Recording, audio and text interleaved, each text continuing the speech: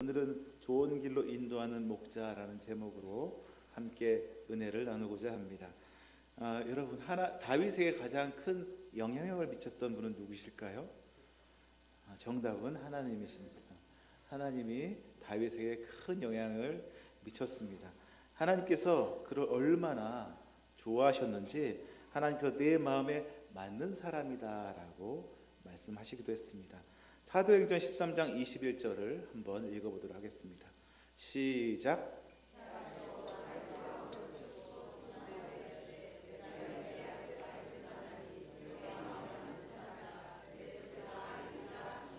아멘. 사울을 패하시고 다윗을 왕으로 세우신 다음에 하나님이 말씀하셨습니다. 이새의 아들 다윗을 만나니 내 마음에 맞는 사람이다. 내 뜻을 다 이루게 한 사람이다 라고 말씀하시고 있는 것입니다.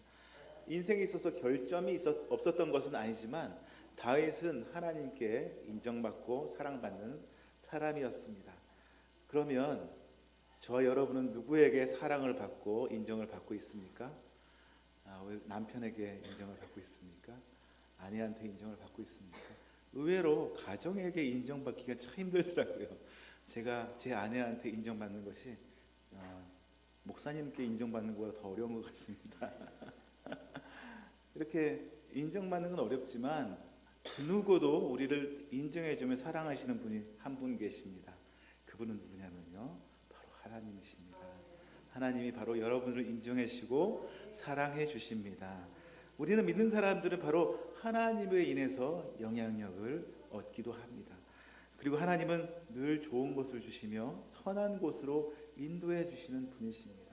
그 좋으신 분이 하나님을 만나서 이전에 나락으로, 인생의 나락으로 떨어졌던 많은 사람들이 하나님을 인격적으로 만난 이후에 삶이 변하고 인생이 변했던 많은 사람들의 간증을 들어본 적이 있습니다. 그렇습니다. 우리는 참 생명이신 하나님을 전심으로 만나야 합니다. 그러면 그 좋은 하나님이 어떤 방법으로 우리를 좋은 곳으로 인도해 주실까요? 첫 번째, 함께 따라하겠습니다. 우리의 필요를 채우시는 분이십니다.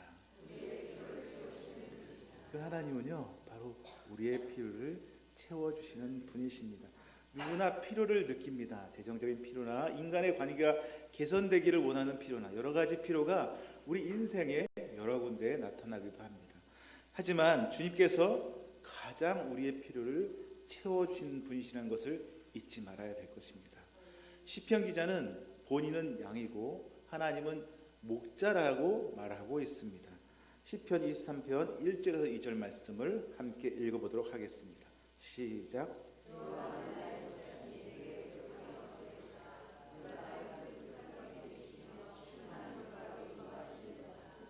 여호와는 나의 목자라고 고백을 하고 있습니다. 이 고백은 다윗의 고백인데요, 다윗도 양을 쳤던 목자였습니다. 그 목자가 이 목자의 마음을 가장 알고 있었다는 것을 쉽게 짐작할 수 있습니다. 그 하나님이 나의 목자고 나는 그의 기르시는 양이다라는 말씀으로 이 시편은 시작하고 있습니다. 그리고 푸른 초장으로 푸른 풀밭으로 누이시며 실만한 물가로 인도하신다라고 얘기하고 있습니다. 이스라엘은 좋은 풀밭만 있는 곳이 아니고 사막도 있습니다. 그래서 좋은 풀밭을 위에서 옮겨 다니는 목자의 역할은 굉장히 중요합니다. 양을 먹이기 위해서 먼 곳으로 움직이기도 합니다. 깊은 골짜기를 지나기도 하고, 그리고 많은 양들을 한꺼번에 옮겨야 하기 때문에 어떻게 보면 악한 짐승에게 맞닥뜨릴 경우도 있고 위험한 요소가 많이 있을 수 있습니다. 근데 다윗은 하나님 바로 나의 목자다라고 고백을 하고 있습니다. 양은 절대적으로 혼자 살아갈 수 없는 동물입니다. 우리 삶에도 반드시 목자가 필요하고 있습니다. 양은 목자가 이끄는 대로 가서 풀을 먹고 이끄는 대로 가서 물을 마시면 되는 삶입니다. 다윗은 어릴 때부터 양을 쳤습니다. 이스라엘은 가장 낮은 자, 하찮은 사람에게 시키는 일이 바로 양치는 일이었습니다. 그래서 이새 아들에게 사무엘이 기름 부어 왔을 때 다윗이 그 자리에 없었어요.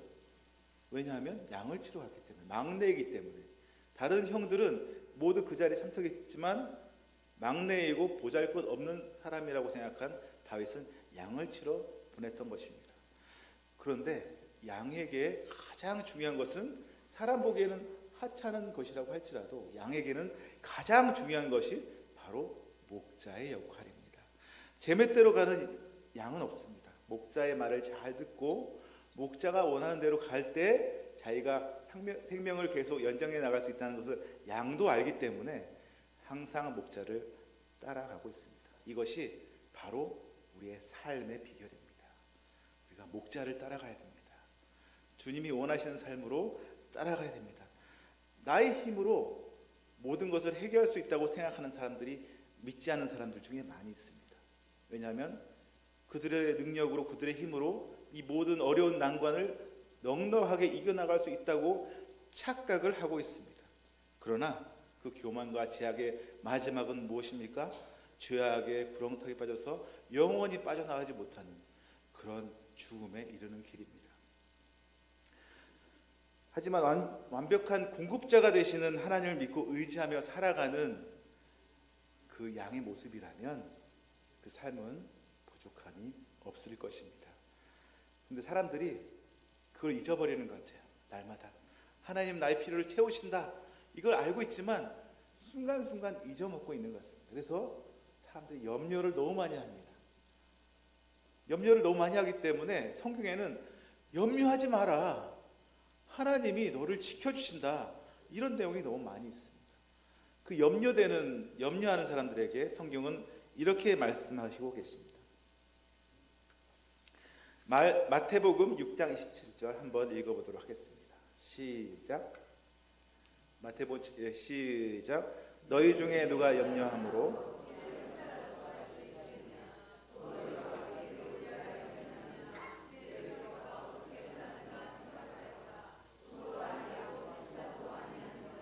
아멘. 여기 보면 백합화라고 되어 있는데 우리는 보통 백합을 보면 하얀색이라고 생각하잖아요. 근데 성경에 나오는 그 이스라엘 현장에 보면 이것은 그 양귀비과에 속하는 아네모네라는 꽃인데 약간 붉은색을 띠는 그런 꽃인데요. 들판에 이것이 굉장히 많이 펴 있습니다. 어떻게 보면 꼭 그림 보는 듯이 너무나 멋진 광경으로 나타납니다. 빨간 꽃들이 들판에 가득한 걸 한번 생각해 보십시오. 근데 이것이 들풀이에요. 근데 하나님이 이 들풀을 먹이신다고 얘기하고 있습니다. 보잘것없는 이 들풀도 하나님이 먹이시고 입히시는데 하물며 하나님의 자녀인 우리를 그냥 놔두겠느냐, 이렇게 말씀하고 계십니다. 하나님 우리 필요를 채우시고 우리의 모든 것을 아시고 넉넉하게 채워주시는 분이 바로 우리 좋으신 하나님이십니다. 그런데 많은 사람들이 주님의 풍성함을 깨닫지 못하고 있습니다. 왜냐하면 경험하지 못했기 때문에 그래요. 경험하지 못했기 때문에 정말 하나님이 그런 분이신가? 하나님이 정말 풍성하게 나를 채우시는 분이신가? 이런 것을 경험하지 못하기 때문에 가끔 하나님의 풍요로운 그 하나님을 잊어먹기도 합니다. 그때는 한 가지 제가 비결을 알려드리겠습니다. 어떻게 하면 하나님의 풍요로움을 내가 경험할 수 있는가? 이것이 그냥 남의 간증으로만 듣는 하나님의 풍요로움이 아니라 바로 내 삶의 실제 풍요로움이 어떻게 드러날 수 있는가? 제가 그 방법을 지금부터 알려드리겠습니다. 귀를 잘 세우시고 들어주세요. 어떻게 하냐면 믿음의 확신을 넓혀보는 것을 한번 시도해 보시기 바랍니다. 이것이 무슨 얘기냐면 우리가 신앙생활할 때 편한 것에만 너무 안착하려는 경우가 있습니다.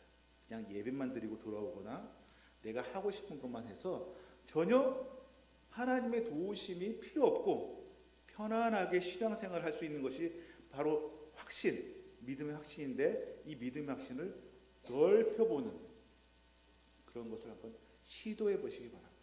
이럴 때 하나님이 그에 따라 필요를 채우시는 분이신가 아니신가를 경험하게 될 것입니다. 그걸 어떻게 하면 필요의 확신을 넓힐 수 있을까요? 유치부 선생님이 될 수도 있습니다. 그리고 내가 지금까지 하지 않았던 새로운 사역들을 한번 주님을 위해서 시도해 보는 것입니다. 그리고 하나님의 필요를 느껴보십시오. 하나님이 이것을 내가 하나님의 사역들의 확신의 영역을 키워나갈 때 하나님이 내가 부족한 것을 아시고 필요한 것을 채우시는 분이다라는 것을 경험해 보시기 바랍니다.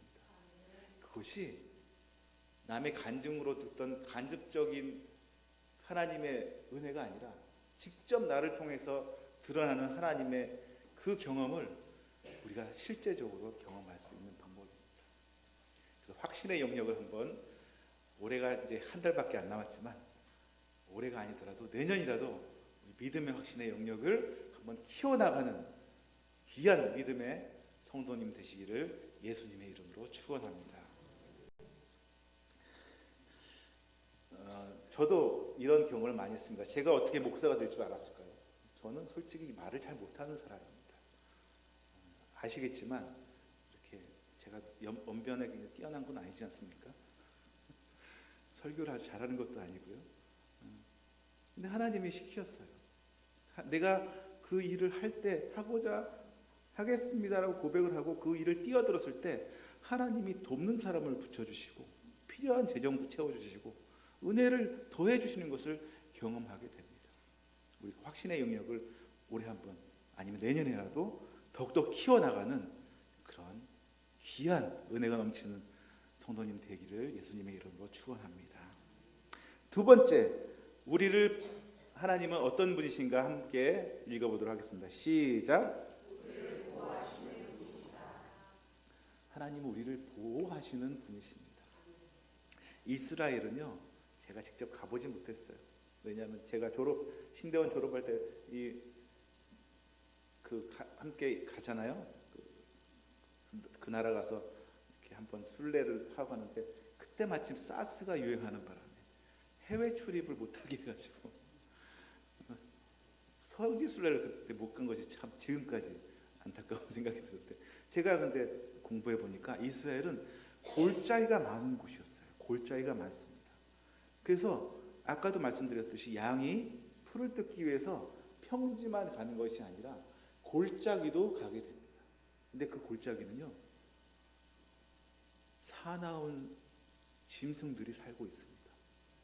짐승뿐만 아니라 산적도 있고요. 굉장히 위험 요소가 많이 분포되어 있습니다. 그래서 여기 보면 어떻게 말씀하고 있습니까? 4절을 한번 읽어보도록 하겠습니다. 시작. 내가 사망의 음침한 골짜기로 다닐지라도 주의 지팡이와 막대기가 나를 안위하시나이다. 다윗은 경험을 했어요. 그 음침한 골짜기를 다닐 때 해를 당할 수 있다라는 것을 다윗은 알고 있었습니다. 왜냐하면 본인이 양을 치었던 목자였기 때문에 그렇죠. 그런데 해를 두려워하지 않게 된 것은 주께서 나와 함께 하신다는 믿음의 고백을 하고 있는 것입니다. 바로 하나님이 우리와 함께 하고 계실 때는 우리가 전혀 두려움이 없다는 것이죠. 왜냐하면 목자라면 양을 위해서 자기 목숨을 내놓고 싸우기 때문에 그렇습니다. 성경에 보면 놀라운 말씀이 있어요. 다윗이 저는 다윗이라고 하면 하프를 키고 시를 외우고 굉장히 좀 왜소하고 잘생긴 그런 다윗으로만 생각을 했는데 제가 읽어본 성경은 다윗은 다른 모습의 다윗이 있었습니다. 한번 읽어보도록 하겠습니다. 사무엘상 17장 34절에서 35절 말씀입니다. 시작.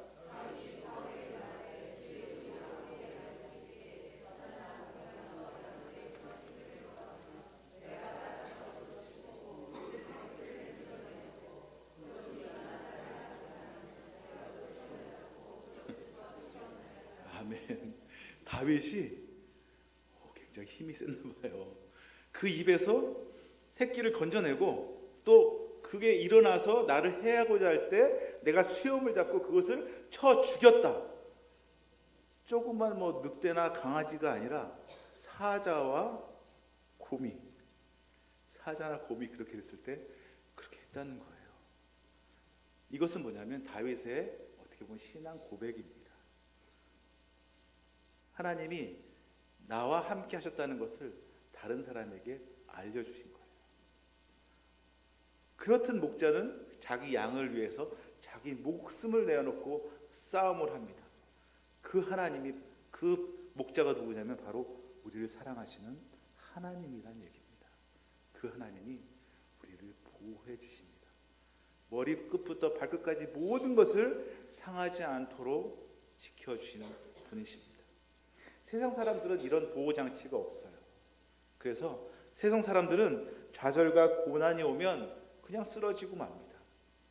조금도 희망을 보지 못하기 때문에 다시 일어설 수도 없습니다. 참 좋으신 하나님께서 지금도 살아 역사하셔서 우리와 함께 우리를 보호해 주십니다. 그분이 바로 우리 하나님이십니다.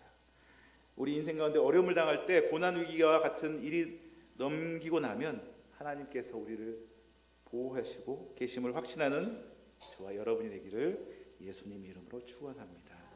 세 번째 한번 읽어보도록 하겠습니다. 시작. 우리를 축복해 주시는 분이십니다. 여러분들은 축복을 받기 위해서 잘못된 방법을 사용하는 사람들을 본 적 있습니까? 어떤 사람들은 돈이 나에게 복을 준다고 생각해서 돈만을 향해 달려가는 사람도 있습니다. 그래서 유산을 가지고 부모님과 싸움을 하다가 부모님을 죽이기도 하고 형제끼리 싸워서 형제를 죽이기도 하는 그런 뉴스를 본 적이 있습니다.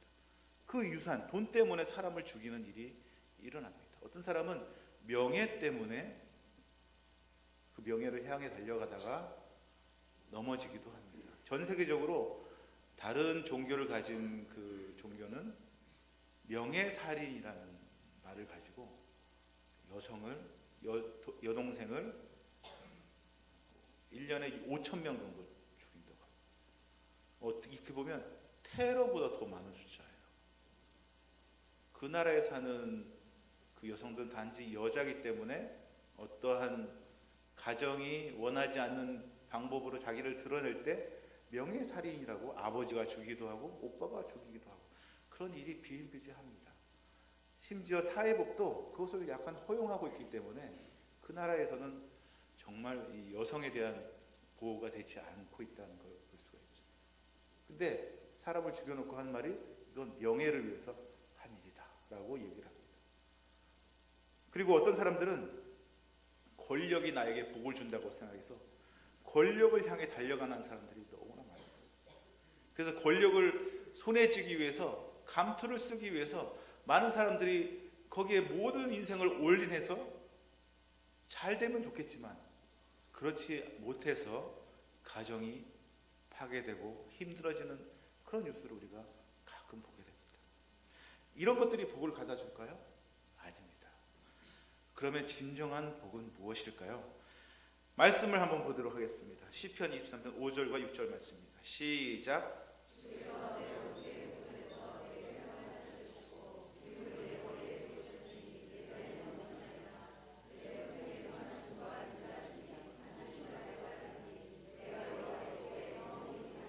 아멘. 원수의 목전에서 내게 상을 차려주신다고 했는데 다른 성경에 보니까 잔치상을 베풀어 주신다고 얘기하고 있어요. 저는 어릴 때 그 다른 성경 처음에 개정이 아니라 개역 한글 볼 때는 상을 베푸시며라고 되어 있어서 상장을 주시나 이렇게 생각을 했습니다. 하나님 앞에 가면 상장을 주시나 보다. 근데 성경을 보니까 상이 아니라 그 상장의 상이 아니라 밥상의 상을 베풀어 준다고 얘기하고 있는 것입니다. 원수가 바로 앞에 있는데 밥상을 차려준다는 의미는 뭘까요? 그게 왜 복이 될까요? 그것이 왜 중요하냐면 이렇습니다. 이스라엘은 손님을 굉장히 중요시 여기는 문화입니다. 그래서 손님이 오면 극진히 대접할 뿐 아니라 그 손님의 적이 바로 주인의 적이 되기도 합니다. 무슨 말인지 이해하시겠어요? 원수에 쫓겨서 어떤 집에 아는 사람의 집에 딱 들어오게 되면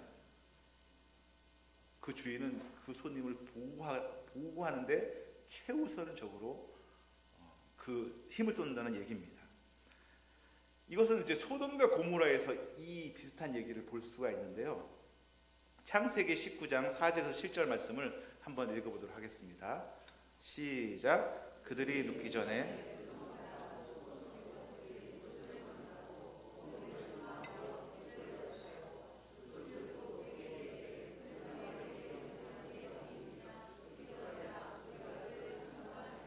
롯이 문 밖에 무리에게, 그 다음 장 같이 읽겠습니다. 롯이 문 밖에서 무리에게로 나아가서 뒤로 문을 닫고 이르되 청하노니 내 형제들아 이런 악을 행하지 말라.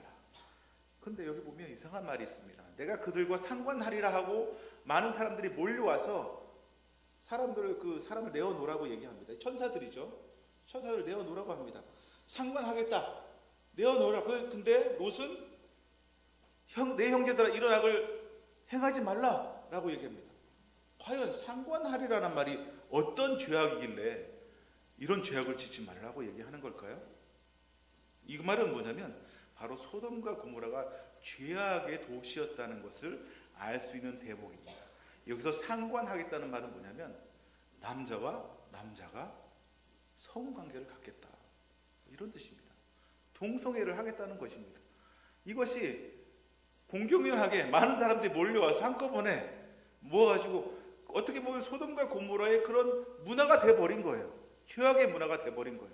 이때 롯은 이 두 사람을 지키기 위해서 문을 잠그고 가로막습니다. 내 형제들아 이런 죄악을 짓지 말라 하면서 이 두 사람을 지키려고 애를 쓰고 있는 모습이 나와 있습니다. 이스라엘 관습상 손님은 극진히 대접해야 되기 때문에 돌아갈 때까지 한 가족이나 다름이 없습니다. 그래서 원수가 내 밖에서 나를 막 죽이려고 오고 있는데 우리가 하나님 전에 딱 들어갔다고 생각해 보십시오. 근데 하나님이 잔치상을 베풀어 줬어요. 근데 그 잔치상은 손님 혼자 먹을까요? 잔치상을 차려줬는데 손님 혼자 손님이니까 드세요라고 했을까? 아니면 주인도 같이 먹을까요? 주인도 같이 먹겠죠. 상을 베푸신다는 말은 뭐냐면 하나님과 다윗이 같이 식사를 했다, 이런 뜻입니다. 이것은 뭐냐면 하나님의 친밀한 교제가 있었다라는 것을 얘기하고 있습니다. 하나님과 깊은 교제와 언약의 관의가 맺혀 있었다는 것을 말하고 있는 것이죠. 원수가 내 코앞에 있어도 원수가 나를 어떻게 할 수가 없습니다. 왜냐하면 하나님이 그 원수보다 강하기 때문에 그렇습니다. 그 하나님은 나를 한 가족으로 생각하십니다. 손님으로, 그냥 단순히 손님으로 생각하는 것이 아니라 한 가족으로, 식탁 공동체, 하나의 가족으로 생각합니다. 손님이 떠날 때까지 그 관계는 계속 이어져 가고 있습니다. 그런 하나님이 나에게 기름을 부어서 축복을 하십니다. 여기서는 왕이나 선지자나 이런 제사장에게 붓는 기름이 아니고요. 그 당시 잔치를 할 때 부자들이 향유에 붓는 그런 기쁨의 잔치를 표현하고 있는 것입니다. 이것은 하나님이 부유하시다, 하나님 모든 것을 갖고 계신다, 하나님이 풍족한 하나님을 말씀하고 있는 것입니다. 하나님은 조그만 것을 갖고 있는 분이 아니세요. 하나님은 풍성한, 우리에게 넘치도록 부어주셔도 모자람이 없는 그런 분이 누구냐? 바로 우리의 하나님이십니다. 그렇기 때문에 그 신실하신 하나님을 다윗은 이렇게 고백하고 있습니다. 6절입니다. 함께 읽어보도록 하겠습니다. 내 평생의 선하심과 인자하심이 반드시 나를 따르니 내가 여호와의 집에 영원히 살리로다. 평생 주님과 함께 하겠다. 하나님이 이렇게 신실하기 때문에 하나님의 선하심과 인자하심이 평생 간다는 것을 고백하고 있는 것입니다. 문제는 이런 좋은 하나님을 나 혼자 갖는다는 것은 조금 아쉬운 일입니다. 내가 사랑하는 사람들이 옆에 있는데 하나님을 믿지 않고 있는 사람들이 있을 거예요. 그 사람도 이 좋으신 하나님을 같이 경험했으면 좋겠는데 이런 생각을 여러분 하시죠? 저도 하는데 이런 하나님이 혼자만 알고 혼자만 느끼고 혼자만 경험해서는 좀 너무 안타깝다는 생각이 듭니다. 그래서 많은 사람들에게 이 좋으신 하나님을 전했으면 좋겠는데 왜 전도가 힘드냐? 왜 힘들까요? 세상 사람들은 이 좋으신 하나님을 모르기 때문에 그래요. 이 하나님이 이렇게 좋으신 하나님이라는 것을 이해하지도 못하고 알지도 못하고 경험도 못하고 아무것도 모르기 때문에 그렇습니다. 이런 얘기했습니다. 미국의 서부 텍사스에 예이츠 풀이라는 유전이 있다고 합니다. 근데 예이츠라는 사람이 이 유전의 주인인데요. 이 사람 원래 농장을 하고 있던 사람입니다. 근데 농장이 너무 안 되는 거예요. 소도 사야 되고 관리도 해야 되고 돈이 너무 많이 드니까 국가의 보조금까지 받아가면서 어떻게 하면 이 돈을 갚을 수 있을까 날마다 이렇게 고민하면서 살아가는 그런 사람이었다고 합니다. 근데 하루는 지질학자가 찾아와서 당신 땅에 석유가 나올 것 같으니까 한번 검사를 해봤으면 좋겠다 이런 얘기를 하게 됩니다. 한번 해보시라고 했는데 놀랍게도 1115피트 아래에서 하루에 8만 배럴의 석유가 나오는 유전을 발견하게 됩니다. 더 놀라운 건 30년 뒤에도 12만 5천 배럴의 석유가 또 나온다는 것을 알게 됐어요. 이 사람은 순식간에 백만장자가 됐습니다. 근데 이것을 알았을 때는 이렇게 몰랐으니까 그렇게 국가 보조금까지 받고 힘들게 어떻게 이 돈을 갚을 수 있을까 이렇게 살아갔는데 유전이 터지는 것을 보고 이 사람은 금방 부자가 됐습니다. 예전에 갖고 있던 고민을 하지 않게 되었습니다. 이 사람의 이 사건 이전과 이후는 무엇이 달랐기 때문에 그렇습니까? 무엇이 달랐기 때문에 사람이 이렇게 변했죠? 땅에 석유가 있었다는 것을 몰랐던 때와 알았을 때의 차이점이죠.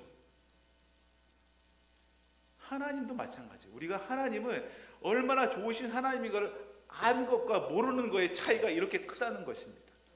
이거는 믿지 않는 사람뿐만 아니라 믿는 사람도 마찬가지예요. 하나님의 풍성함을 모르는 사람은 이렇게 밑에 커다란 석유가 나오는데도 불구하고 어떻게 하면 대출금 가서 갚을 수 있을까 고민을 하며 살아가는 사람과 마찬가지입니다. 그래서 우리는 하나님을 잘 알아야 돼요. 하나님이 어떤 분이신가, 하나님이 우리를 위해서 얼마나 많은 것을 준비해 놓고 계시는가, 이런 것을 우리가 더 많이 알아야 되는 것입니다. 진정한 축복은 무엇일까요? 바로 하나님을 잘 아는 것입니다. 하나님과 동행하며 하나님의 평안을 누리는 것, 천국에서 영원한 사는 것뿐만 아니라 지금 우리가 살고 있는 이 땅에서도 작은 천국으로 나아가는 것입니다. 우리 성도님들 마음속에 누구를 모시고 있지요? 예수님을 모시고 있죠. 예수님 계신 곳이 천국 아닌가요?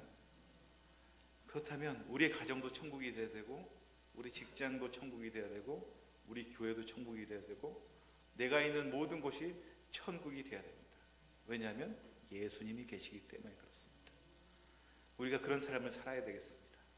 그래서 하나님의 풍요로움을 다른 사람에게 넉넉하게 알려주고, 당신도 이 삶을 살았으면 좋겠습니다 하고 전도도 한번 해보고, 그리고 내가 내가 너무 편안하게 살았던 이 믿음의 확신의 영역을 한번 확장해보는 그런 생활이, 그런 기회가, 그런 능력이 한 달 남았습니다. 한 달뿐만 아니라 내년에도 이어나가길 예수님의 이름으로 축원합니다.